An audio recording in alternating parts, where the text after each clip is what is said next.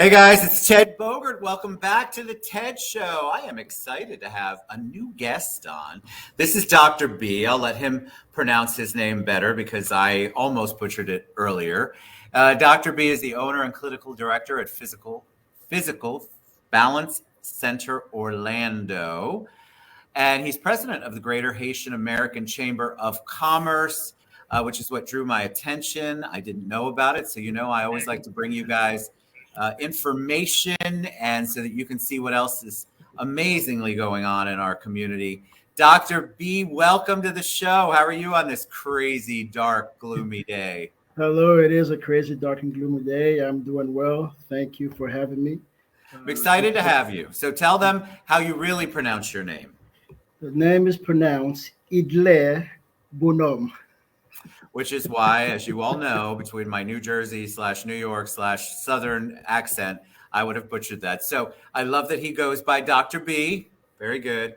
And when I read, it's interesting because when I reached out to you, I reached out to you because of the chamber and because of your social media. And I was telling you before we went live that you guys have definitely begun or have really, really blossomed on social media.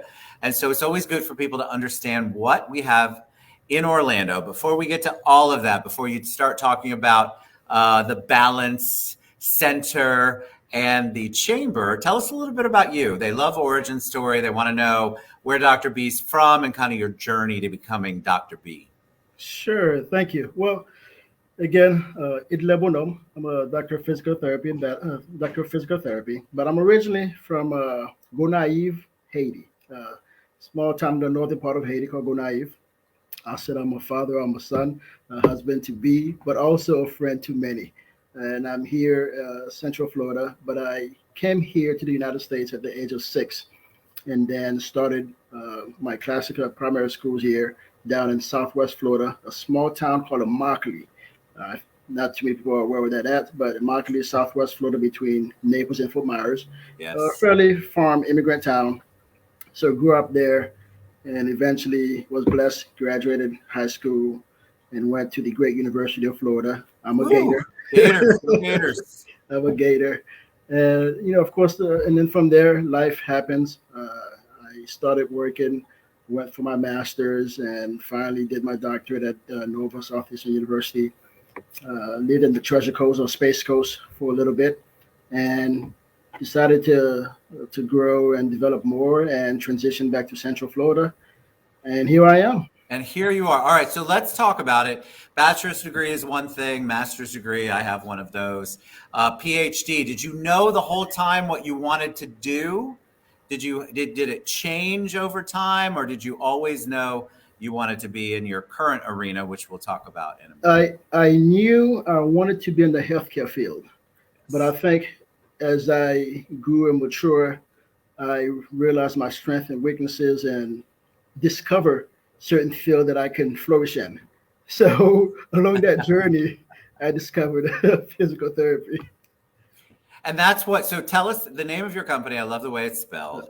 It's So tell us about it. well, physical. It's a franchise, about 14 years old. Well, 13, actually 8 years old. Actually, uh, I wish I could take the credit for the name Physical, but the initial owners, one of them was from Netherlands, and that's how the Physical came about. So for me, when I joined in as a private practice owner, what we realized there were a lot of consolidation when the big groups, hospital groups, are buying out the physician groups. As private practice, we are heavily dependent on primary care physician referral. Sure. So to leverage that, how can we collaborate as private practice owners? So then Physical came about and we joined forces to leverage that playing field. Amazing. So tell us what you do there. So you said physical therapy, but it also says physical and balance Centers. center. So tell us about that. So I call myself a biomechanic. As a physical therapist, the only medicine we prescribe is exercise. So we consider movement specialists. So if anyone is injured or having pain or whatever issues may be, we're able to help with that. But our main core special interest is balance. We need to be mobile. We need to maintain our quality of life. So what better way to help individuals love their life? And that's our motto, to help you love your life by keeping you moving, keeping you independent as much as you're able to. So tell us about balance, because that seems to be the, we want to work life balance. We want to soul spirit health balance. Balance. We're all trying to balance, but I think most of us either fail miserably at it or just don't know even where to start. So talk a little bit more about the balance part, because I find you can see how dark it's gotten in here. It's gotten dark. I'm literally going to have to go turn the light on again. So tell us a little bit about that. Well, balance. So if we look in the medical field, we'll keep it physical. So as we age, there are certain tendencies, certain habits, certain posture that we adapt that eventually lends itself to where we develop weaknesses. And as we develop those weaknesses, of course, our balance is affected. How does that happen? In terms of the consequence of that is the increased risk for fall. So as someone as that opportunity change not opportunity changes, but as that line changes, so then hospitalization, hip fractures, as a result of that, your confidence is affected. Yes. So if your confidence is affected, then the way you move, how you move, get affected as well. And we don't want you to become sedentary. And so the analogy I like to use, if you look at a river, if it stays stagnant, if there's no flow, you see what happens. Yes. There's mildew, all different things starts to grow. But if you see where the current keep moving, that water's clear. The human body's just the same. You're right. I then do people come to you? Is it all levels of balance? Like, can I come to you if I don't have a physical therapy need? If I don't have a need for that, can I just come to you, work with you, work on my balance? Does it have to be some sort of medical condition? No, one of the things we promote is prevention, because you don't want to Prevention. have to, yes, prevention. You don't want to have to wait till something happens to come see us. We Yes. can prevent that. So one of the things we promote is an annual, we call it body Q.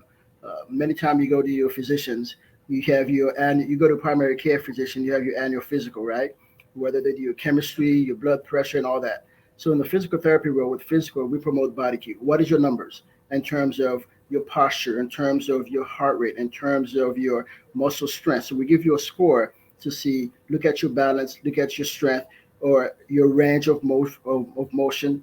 What areas are limited? Where do you have deficiency? And we can say, hey, you know what?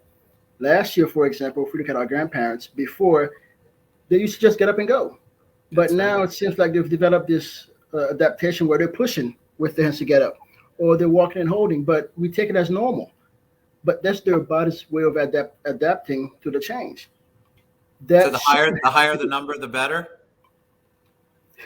the I'm higher the trying to number, be a zero when I walked in there, I guess is what yes, the my higher the number, the balance. better. The higher the number, the better. So we actually watch your score. So it takes those different categories in terms of your range, your flexibility, your stamina, and give you a score and say, hey, you could go ahead and work in these things and prevent an injury later on, rather than waiting till it happens and then you come seek us. Then we have to reverse the lifestyle.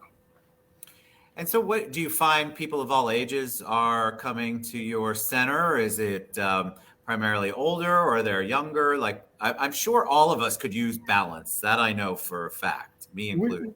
we do. We have a variety of patients, but from the young, from five and up, all the way to 99, 102, different elements.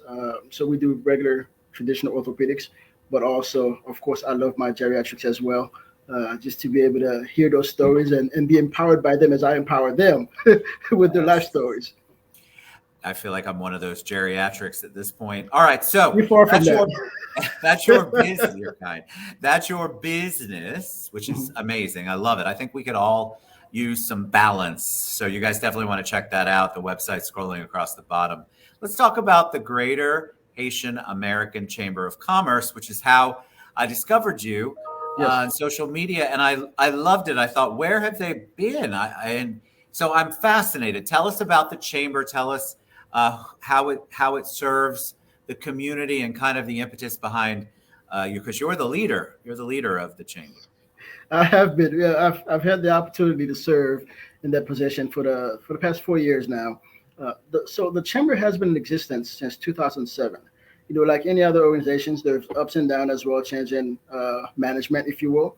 So for the past 4 years, I've been the president along with our team, uh, directing, guiding, and moving the needle. But what we've been focusing on more is building relationships. We understand that as a subset in the community, if you will, we need to also introduce others to our culture, but also share the resources we have here because we are not a liability. Believe it or not, we are not. We are not.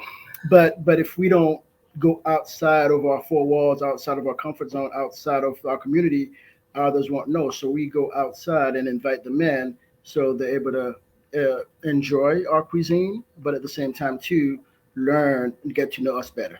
So for the chamber, as we build relationships to develop and get access for our community, but also for our community to begin to build relationships as well, because a lot of resources are available Yes. through all, but the point of access is always one that's difficult for many. Either there's different rules of engagement that we don't know. There's different key people that we may not have access to. So then, as you begin to build those relationships, those borders, those doors begin to open. So we serve as a vehicle, as a bridge gapper, if you will, to enable our community to gain access and grow. I would imagine you were um, very involved with the earthquakes and all of the horrible stuff that has happened in the country. Mhm. Do you guys get involved? Do you go back? Do you engage uh, rescue, not rescue, but help? Relief effort, yes, relief effort. We have. So recently, we've partnered with other organizations that have men's on the ground, men and women in the ground that are doing the work. So we're able to support there. Many of us may not be able to travel as frequently or go and assist, but however we can through volunteerism, through donations, and also promotion of those that are involved to make sure we support that way. We do have had others in the community who has been able to go and participate themselves. For myself, I have not been in a couple of years, but typically I go once a year, visit extended families. But it's always home to connect and really transition. And I encourage anyone actually to always visit another country. It opens your eyes. It Yes. helps you appreciate what you have here, but also understand. Well, not fully understand, but just see the different dynamics of the different cultures and appreciate the different cultures as well. I love. I've been to Haiti. Okay, Beautiful. Of course, it was cruise ship, so cruise you ships get a cruise ship perspective. But perspective. what I remember most is how loving and engaging everyone was. It was just, and I tried some food that I couldn't pronounce and probably couldn't tell you what was in it, but I can tell you it was delicious That's and good enough. served with a smile. I loved every second of it. It's a beautiful country. Just been through. Y'all have been through so much in the last decade or so. Tell us, do I need to be Haitian American to join the chamber? Not at all. The chamber is not exclusive to Haitians. It's inclusive. In fact, we encourage all to take part, especially if you're looking to engage with the Haitian community, especially if you're looking to do business with the Haitian community, to get access to the Haitian community. There's nothing like connecting with the key folks, but integrating yourself into the culture to really appreciate the different dynamics and how to engage for the most part. So yes, everyone is welcome. If you're a professional, if you're a simple citizen, if you an expert matter, if you have disposable time, you are welcome to engage and be involved with the organization, even Yes. become a member. So you may be part of our board as well too, if that's your interest. Because again, we want to have a dynamic pool to help, but to also build that bridge that we need to really improve our being here in Central Florida, but also to continue to contribute to the Central Florida economy and growth. I love it. All right. So, Dr. B, we've got Yes, two sir. websites scrolling across there, one for physical and one for the chamber. Tell us the best way. Are those the best ways to reach you? Is it social media? Is it email or a combination of all of those if somebody wants to learn more about the center and or learn more about the chamber? I think the best way is email, but you can also call. Someone will be readily available to answer the phone. Email, you could do orlando@physical.com for physical.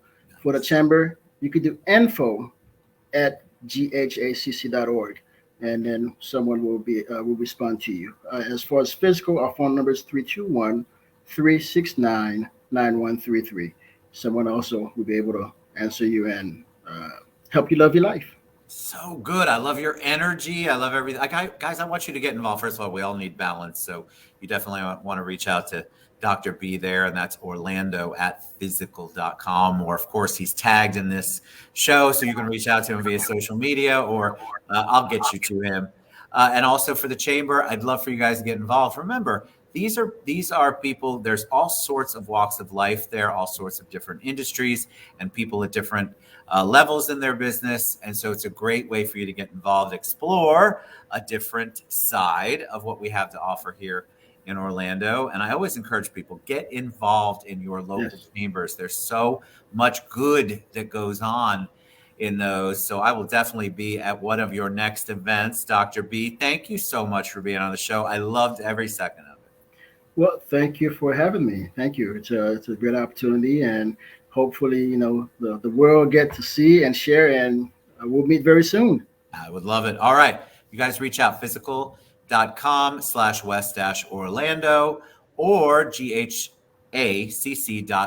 Of course, you can just reach out to me and I'll get you to Dr. B, and you can find out everything you could possibly want to know to get some balance in your life and get involved in the community in a different way. Thanks, Dr. B. You guys will be back soon. Reach out, get involved. We'll see you guys. Bye, everybody. Thank you. Thanks so much, Dr.